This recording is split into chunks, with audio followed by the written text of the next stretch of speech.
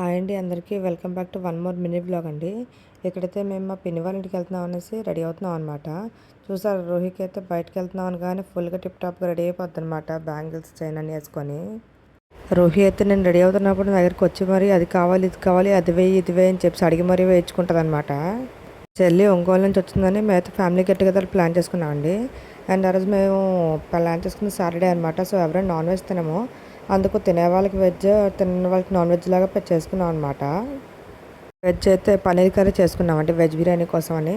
ఆ తర్వాత రోహికి అయితే ఇంకా టీవీ కనిపిస్తే ఇంకా అందులో సాంగ్స్ పెట్టమని అడుగుతుంది. పెట్టిన నుంచి ఇంకా సాంగ్స్ కోసం డ్యాన్స్ చేస్తూనే ఉంటుంది అనమాట.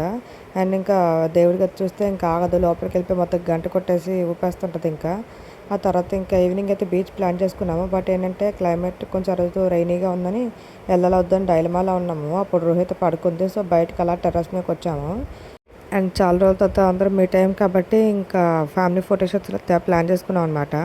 నేను నార్మల్గా సరదాగా ఇంకా అలాగో అందరూ లేడీస్ అందరూ ఉన్నారు కదా అని చెప్పేసి ఇంకా అందరూ 4 జనరేషన్స్ ఒకే దగ్గర ఉన్నాయి.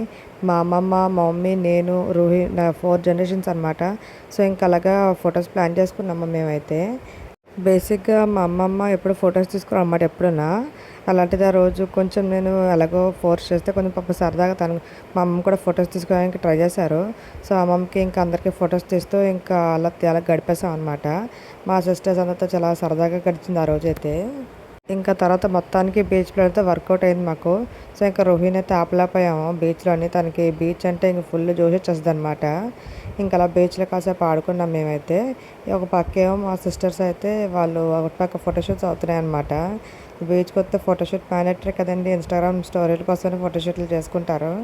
అలా ఫోటోషూట్ చేసుకొని ఇంకా అలా కొంచెం ఆడుకొని ఆ తర్వాత ఇంకా బీచ్కి వస్తే మోరీ మిక్చర్ కన్ఫర్మ్ కాబట్టి mori mixture and ice creams తినేసి ఇంకా ఇంటికైతే రిటర్న్ అయిపోయాం అనమాట. అండ్ ఆ రోజు ఫుల్ వ్లాగ్ అయితే త్వరలో అప్లోడ్ చేస్తాను 3 to 4 డేస్లోని. బాయ్ అండి.